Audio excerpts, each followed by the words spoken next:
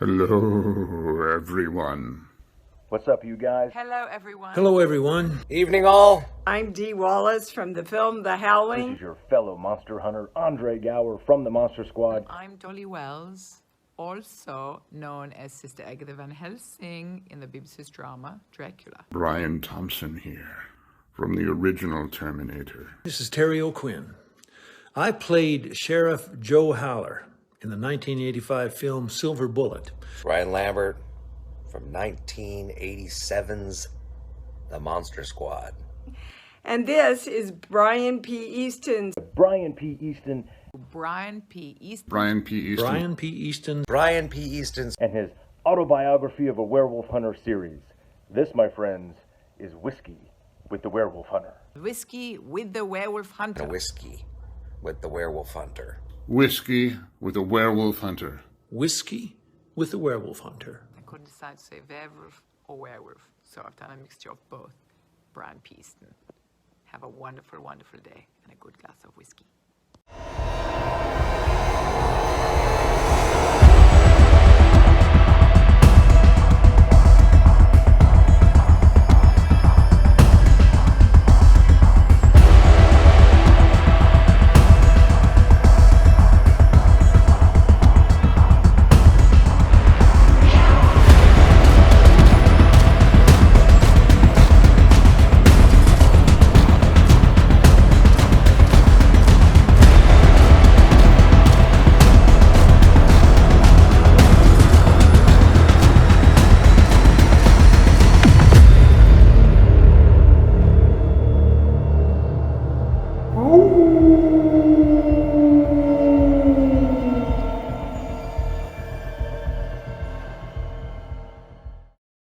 Welcome back to Whiskey with the Werewolf Hunter, everyone. I'm Brian Easton, the author of the autobiography of a Werewolf Hunter series, and this is the Werewolf Bar, where we discuss whiskey, werewolves, and everything in between.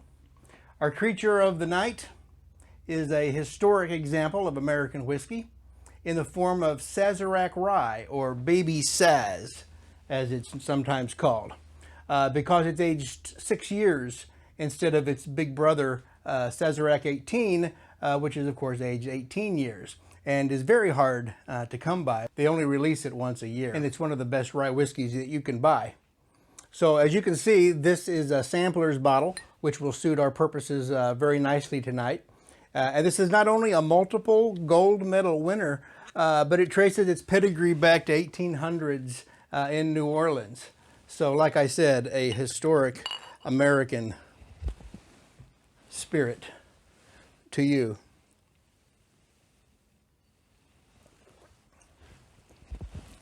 And this really lives up to its reputation as a crisp, complex rye. And it has a taste all its own. It doesn't really deliver the spice that you would expect from your typical rye. And I might be tempted to hold that against it if the rest of the pour wasn't so damn interesting and mellow. Full marks, Baby Saz. Well, this month's episode is special for a couple of reasons. Firstly, because Dr. T. Broussard is back with us to begin his series, Doc Talk Shop, which is kind of an introduction for the various occult dynamics which take place within the autobiography of a Werewolf Hunter series. His initial offering this evening is coming up in a few minutes, but before we turn things over to him, I want to introduce to you a lady named Amanda Rogers. Now, Amanda was tuned in with us for the very first airing of Whiskey with the Werewolf Hunter back in 2019, and as far as I know, she's been with us every episode since. But aside from that, she's repeatedly demonstrated a knack for asking interesting and thought-provoking questions about the series, and as interesting questions as I've ever come across. So much so that we've put together a segment showcasing those questions. Amanda will open the door for your responses to them down in the comments, where we'll invite you to tell us what you think. So here she is with the very first installment of Amanda Asks.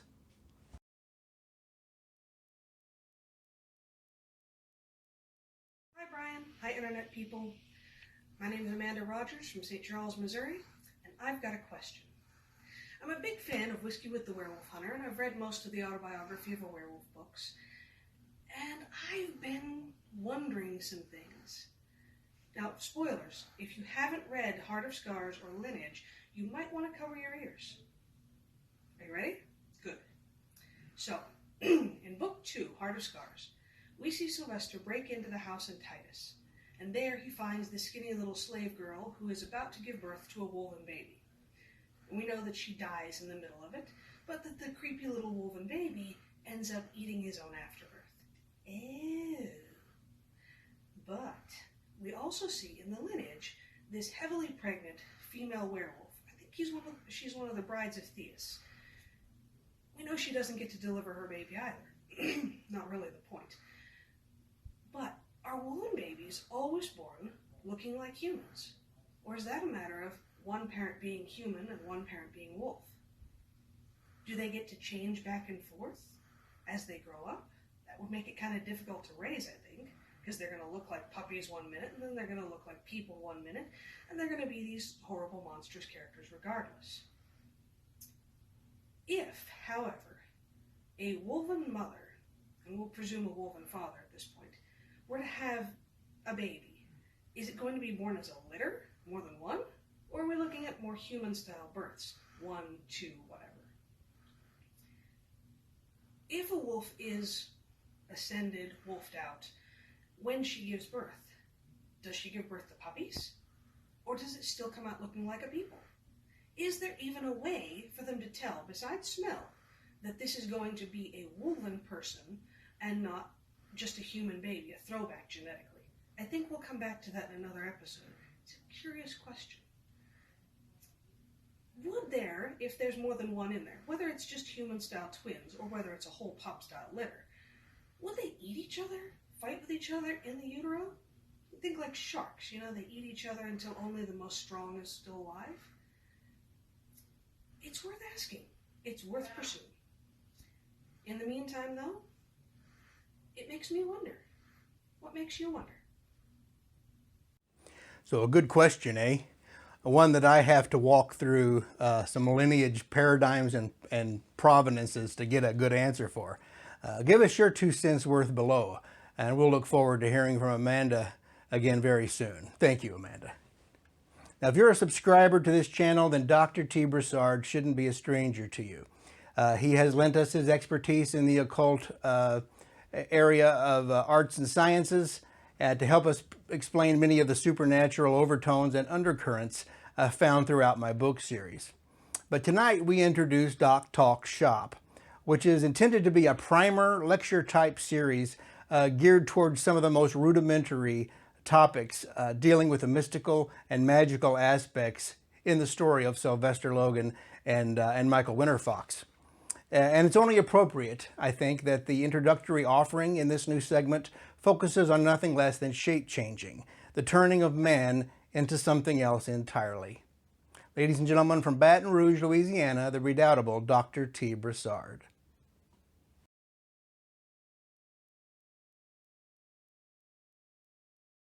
Greetings and welcome to this inaugural episode of Doc Talk Shop. I am Timothy Mann Broussard.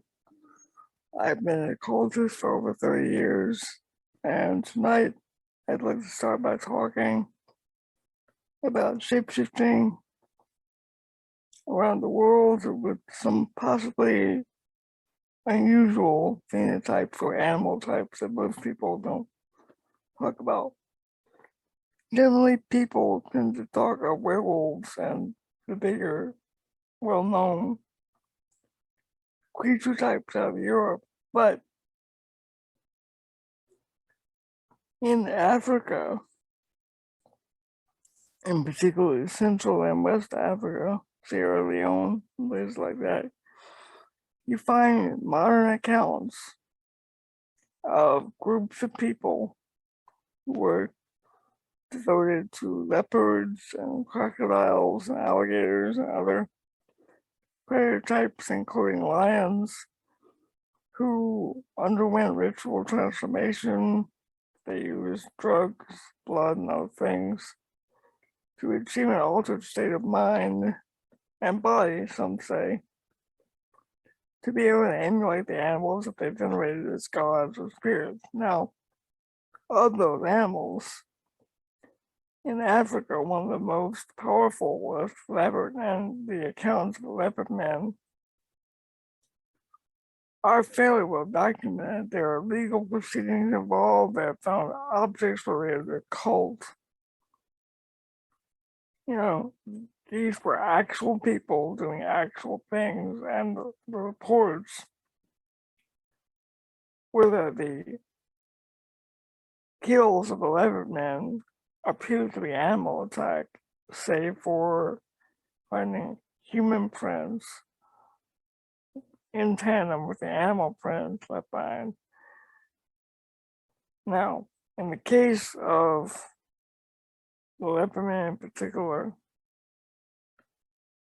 this was, depending on the account,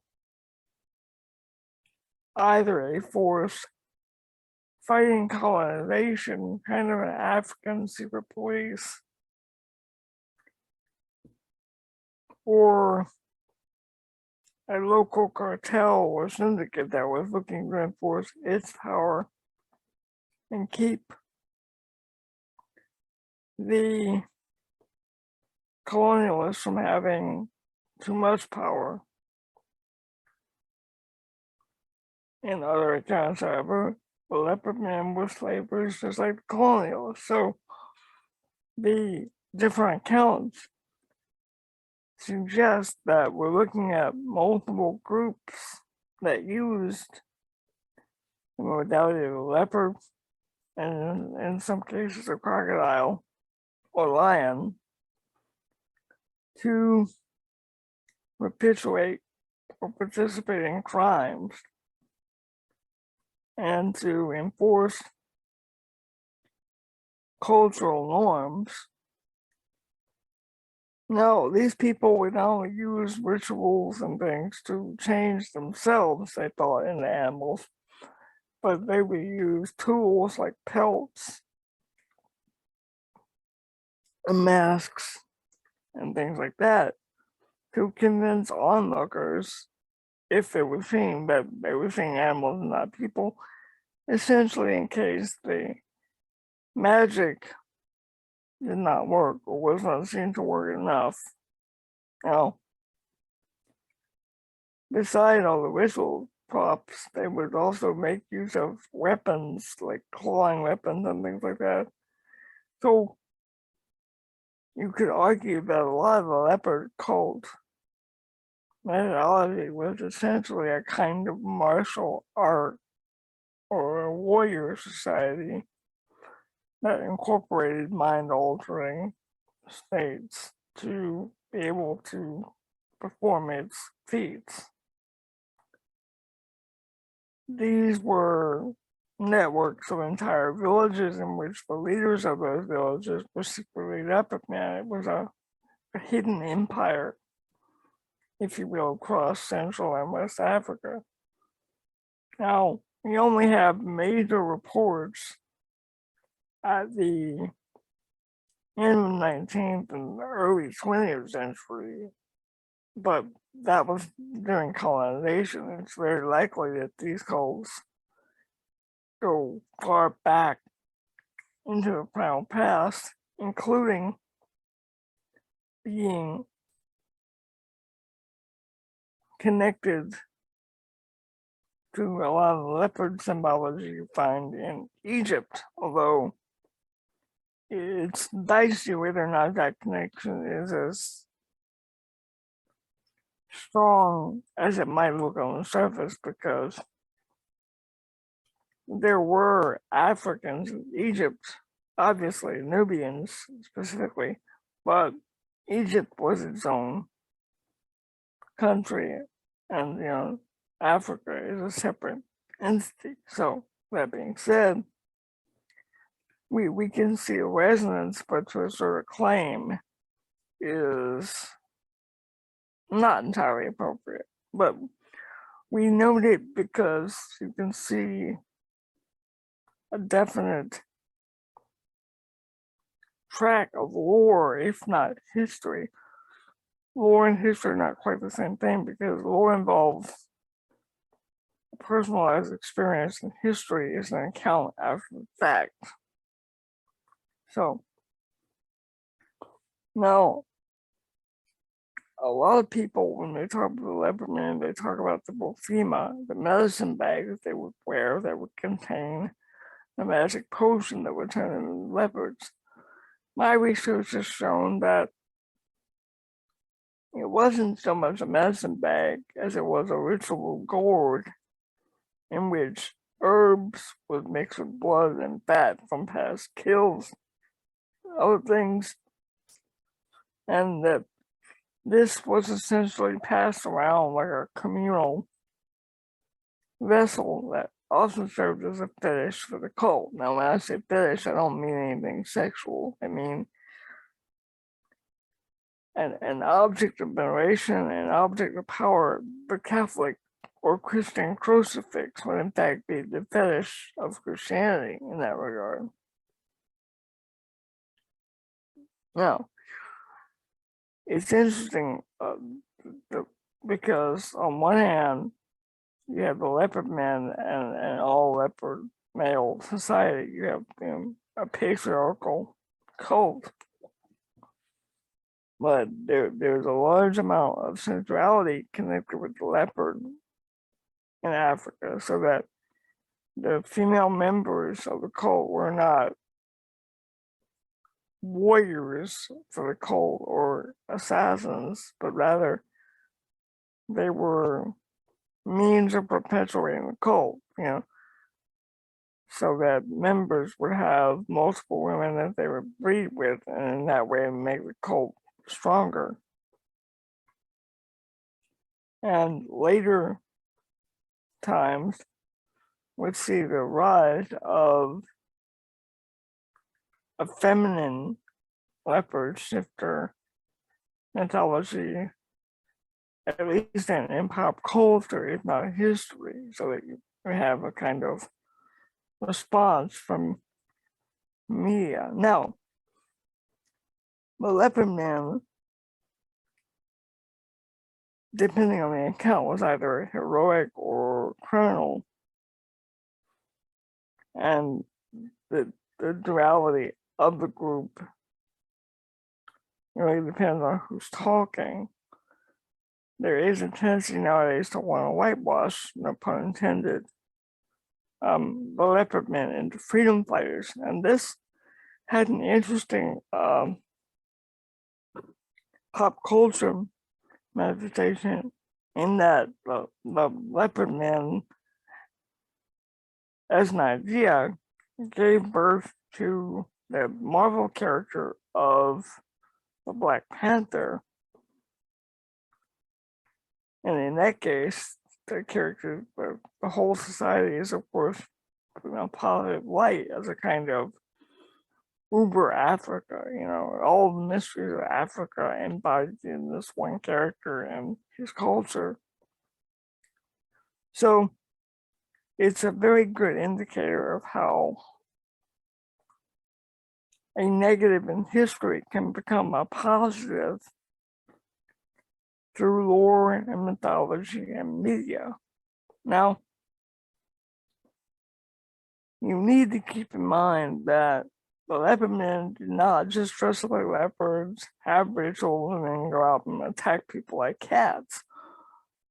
That they were people who would do all that stuff, but they wouldn't just attack like an animal. They would use knives, they would use clubs, they would knock people out, they would carry them away, make it look like a leopard had attacked, and then they would take the people back to their secret shrine in the jungle and sacrifice them on an altar. So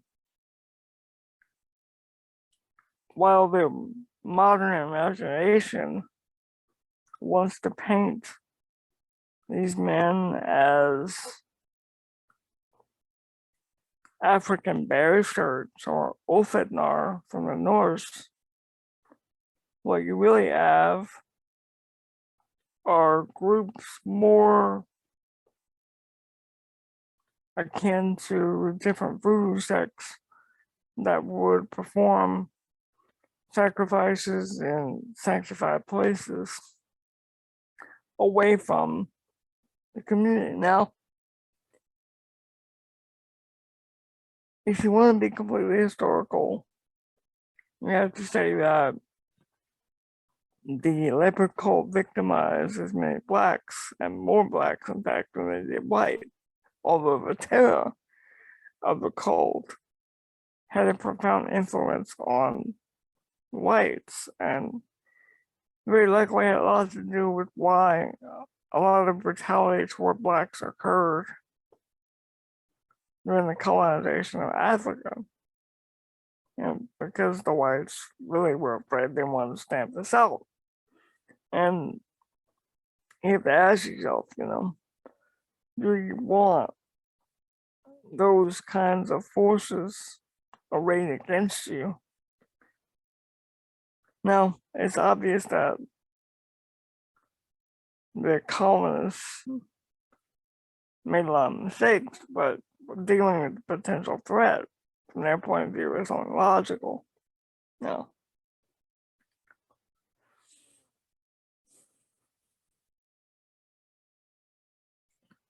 there is a tendency nowadays to think that the leopard men were all wiped out in the end of the last century, but this is not true. The kind of criminal activity that was attributed to the leopard men ceased to be reported, and there have been no more accounts of it, but you still find echoes of it in groups like the Abaquaw, which primarily come out of Cuba nowadays, and in horror media like cat people, you see echoes of it.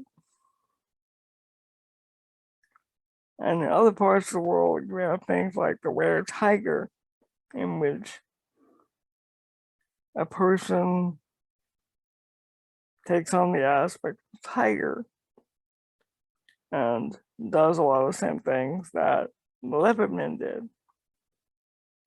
You also have accounts of various hyena groups out of Africa and the Middle East. And a lot of major accounts in parts of Europe, not of werewolves, but of were-cats, of witches, especially women who would take on the attributes of big cats not native to England or not native to the parts of Europe where they were. Now, the interesting thing about that is, even today, you find reports in Scotland and England of unknown big cats. I mean, like the size of leopards and tigers and such, panthers, essentially, that logically should not be roaming around England. For one thing, it's too damn cold. But there are still reports. So again, you have a standing mythology, you have some evidence, and you have people who are willing to use both to create a system of belief for themselves, These creatures, these groups, I mean, they were not just killing people. They would kill them.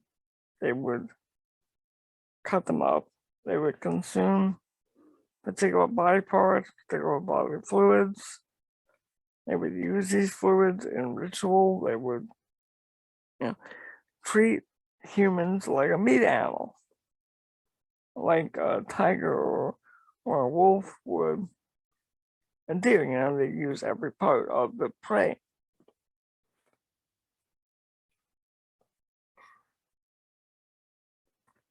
Along with shapeshifting, you have this idea of using the animal shape as a means of transportation to go to faraway places. Like in Europe, you would take an animal shape in which you would fly to the Sabbath.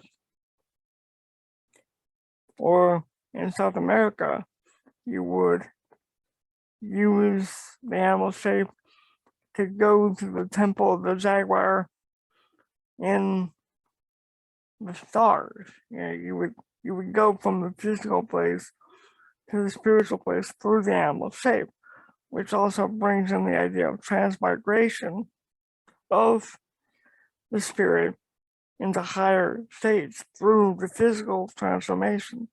Physical transformation mirrors spiritual reality. Physical shape mirrors mental or spiritual condition. A healthy mind, a clear spirit manifests as a strong animal. A twisted mind, a twisted spirit manifests as a sickly looking animal. One way many natives could tell a leopard man from a true leopard was, even if the magic was powerful, the form that the leopard man was able to take was not even a true leopard. It was obvious it was a result of magic and not socially endorsed magic, but magic from outside the community. Magic that the community would not touch. Bad magic, in other words.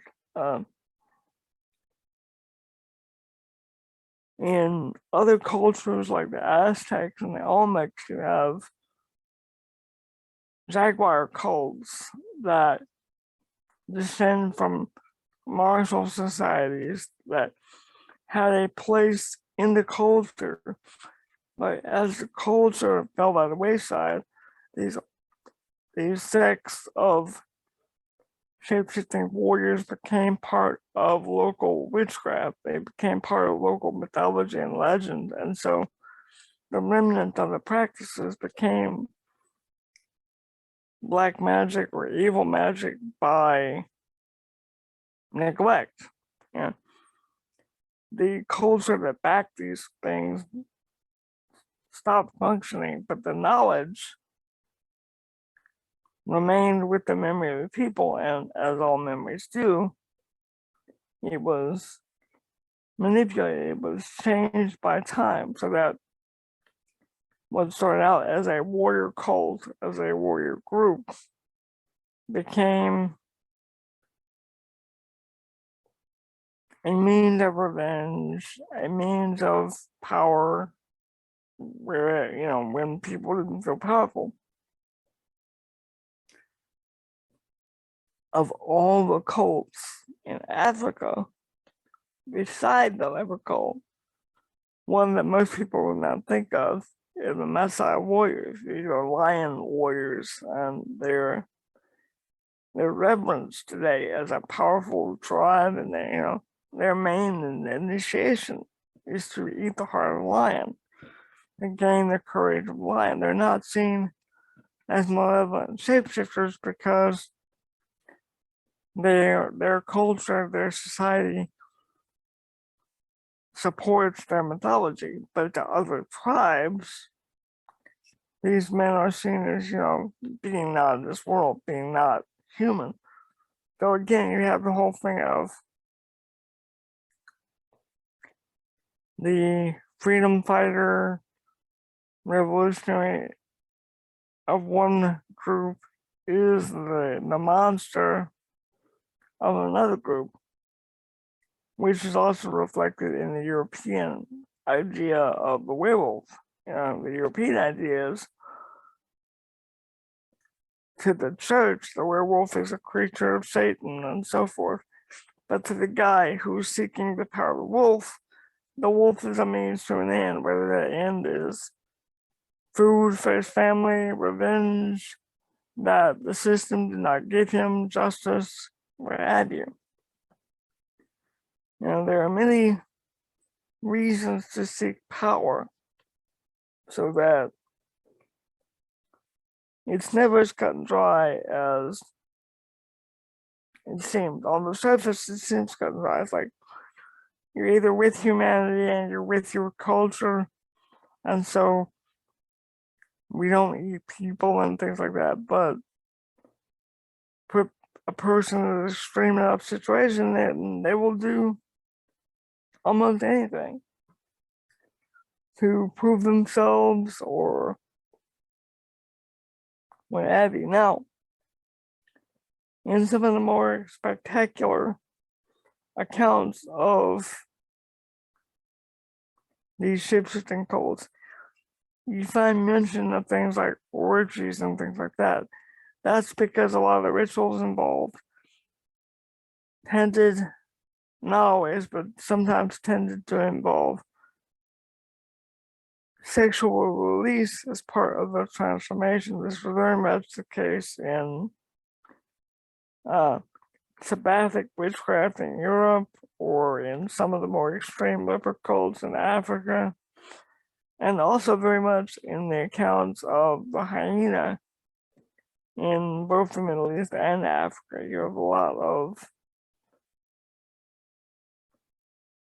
the account having the orgasm being the trigger for the transformation, or in some cases, the lust building toward orgasm as being the trigger for transformation, which points toward a kind of knowledge of tantra or sexual magic in these cultures.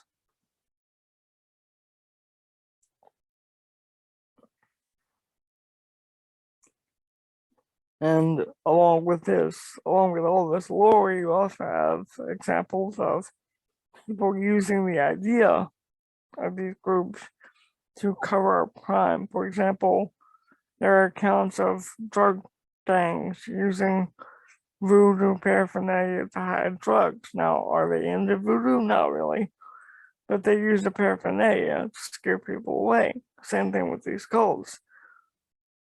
A lot of these kills attributed to the cults were in fact people who were not part of the cult, but they used the weapons and they used the idea of the cult to cover up crime.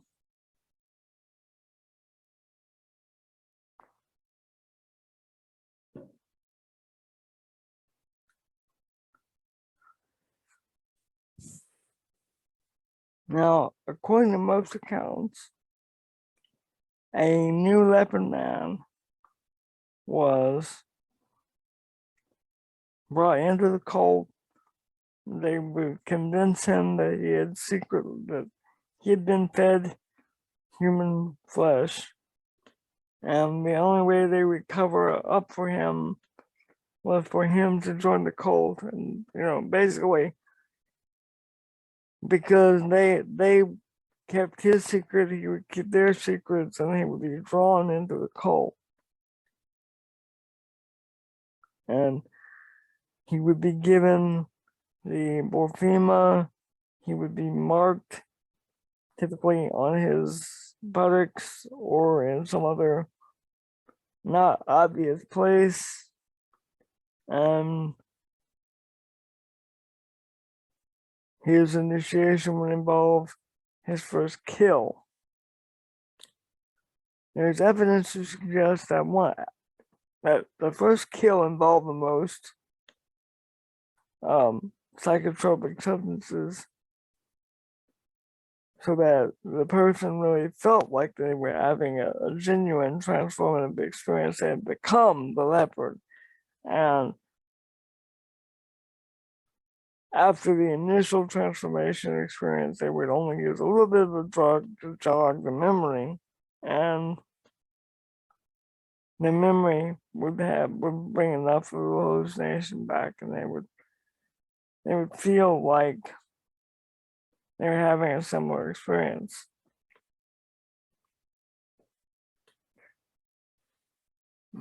Now, a lot of people are familiar with the leopard men from things like Edgar Rice Burroughs, Tarzan, and Sheena Queen of the Jungle. It's a very popular trope, but these tropes are based on things that happen. They're based on accounts and codes and history of people's families. These groups did terrible things by most people's modern sensibilities. I mean, they're a good example of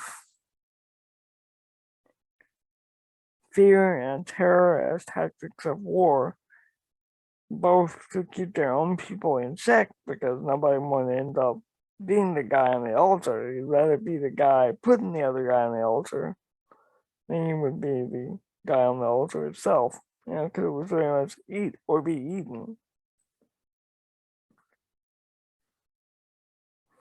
Now,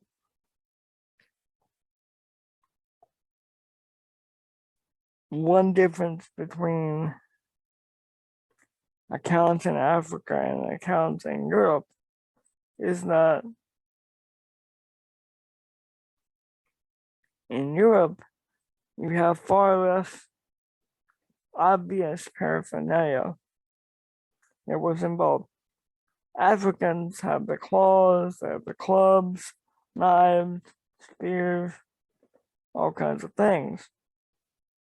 And in the European accounts of shapeshifting, you might have a potion, you might have a pelt, but you're not going to have all the other stuff. And people say, well,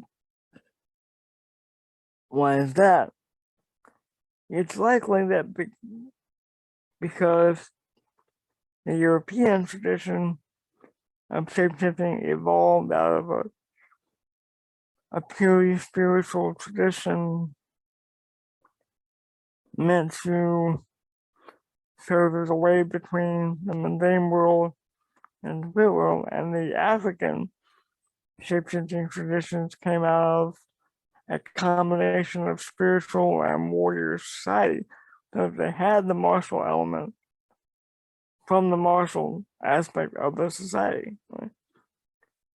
Different people, different tools, but interestingly, you have very similar myths or very similar technology involved. You have a derangement of the senses, you have a focus on a particular phenotype or totem, in this case, the leopard in Africa, or the panther in Europe. Now, it is significant that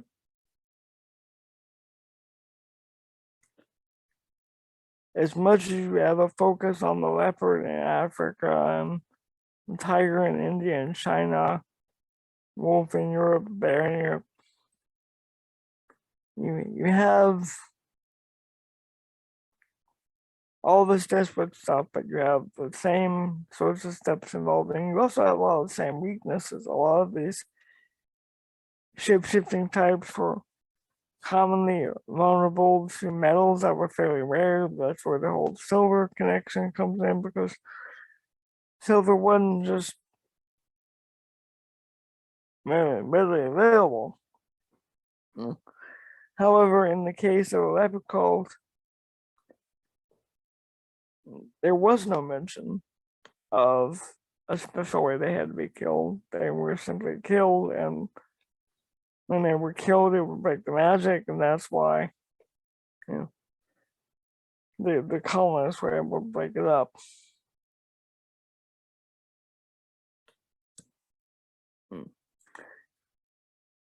And in my estimation,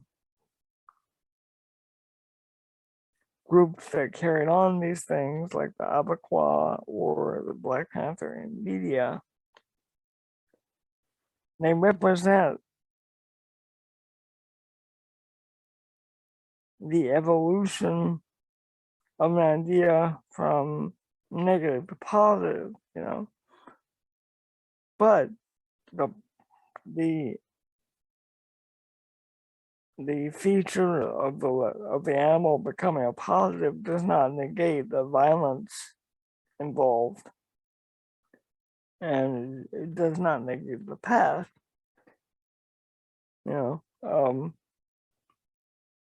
it's important when dealing with this type of thing to not bring a modern sensibility when looking at old records. I mean, these people literally kill people. They ate children. They massacred entire villages in some cases. And that's no small thing. In our increasingly anti-naturalistic society as a world, we are more and more cut off from nature. We have the ability to speak through space. We can project ourselves through time via media. Yeah. And we're often shocked when we hear accounts of modern day cannibalism. We just can't imagine it. The savagery that the African found in things like the leopard or crocodile, in some cases, is a violence that any human being is capable of. The mortality of the animal simply allows the individual involved to express that violence.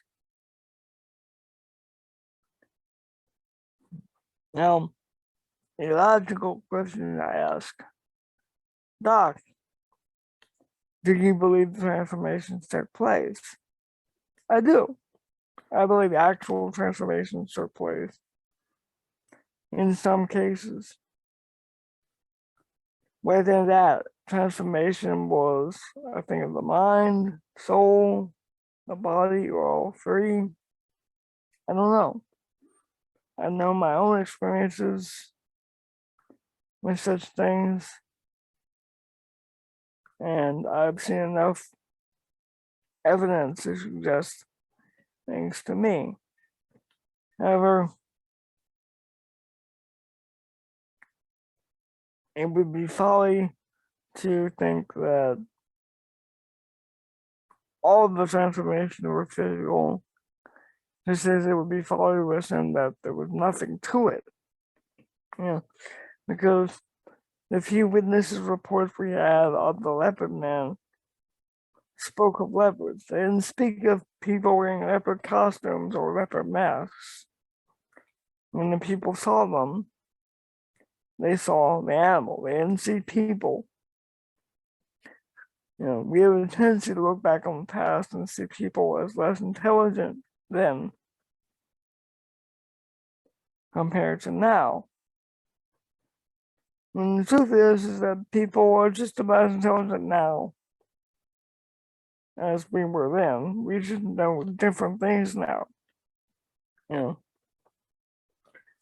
Our mythology is Star Wars and not that of our local tribes. So that's why you have, in modern times, the accounts of Bigfoot and space aliens and things like that. People are seeing something, and they're describing it the best way they can. Same thing with these leopard men. People were seeing things, and the evidence of the attacks logically looked like leopard until deeper investigation happened, and we found out that it was men. And in many cases, the members of the society were convinced of the reality of the magic that they had. That's why they were willing to go as far as they went to defend their power. Give a man a uniform, convince him of the righteousness of his cause, and he will do anything to fulfill that cause.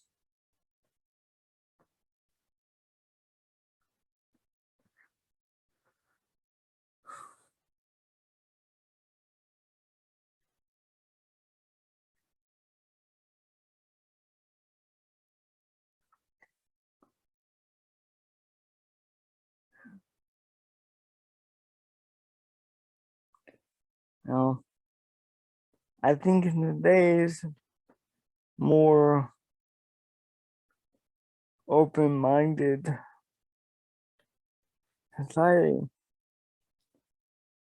we have a tendency to want to see tribes and so forth as noble, and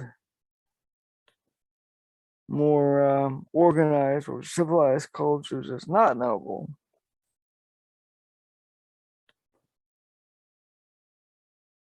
However, people are people, and just as we have had leopard men in Africa, we have hyena people in the Middle East and Africa, lion people, crocodile people. You have other groups in Europe doing the same things. Earlier, in some cases, but no less violent and no less psychotic, well, from a human point of view. You know, these things are comparable somewhat to mafia or the yakuza in Japan. They were secret societies, and they were against the prevailing culture, the village, but at the same time, they wanted to keep the village alive, so they would keep getting resources from the village, and they would try to spread the cult to other villages so they would have more resources. But they always wanted to keep the secrecy, because the secrecy coupled with murder is what added to their power in the imaginations of the populace.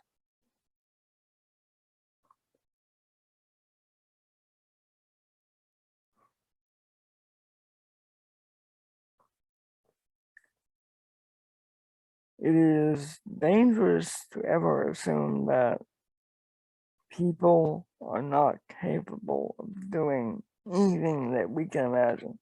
Imagine the most dangerous thing that you can do, or most terrible thing that you could do, and it's either already been done or something to the effect. Well, leopard men and the other kinds of groups that it's associated with, they represent that potential put into practice. They did what they did, and there's more than enough evidence to suggest that these things are ongoing in Africa. They're not as reported as much, if at all, but they are. Africa is still Africa. The beliefs of Africa are still there. And now these things have moved into media. There have been leopard men movies. There have been leopard cult books. Some whitewashing them into heroic figures, others not. Point is that the imprint of the leopard is still very much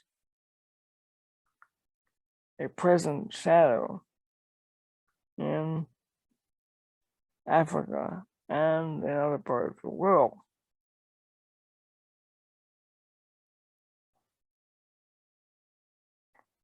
Yeah.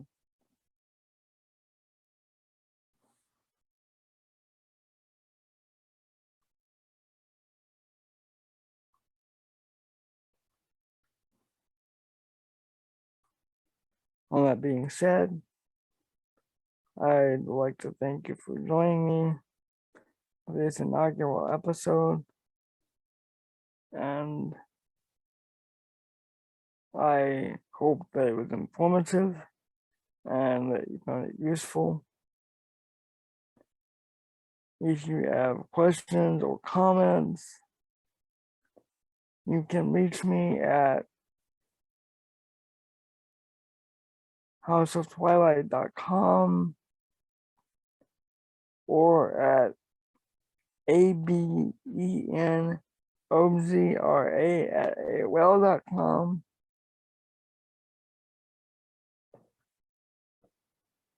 And with that, I'll say good night and thank you all very much. Well, thank you for that, Doctor. We appreciate your willingness to share your expertise and insight with us, and we look forward to hearing more next time. Until then, just to reiterate, Dr. Broussard's website will soon be live at www.houseoftwilight.com. And you can reach him directly at his email address shown here.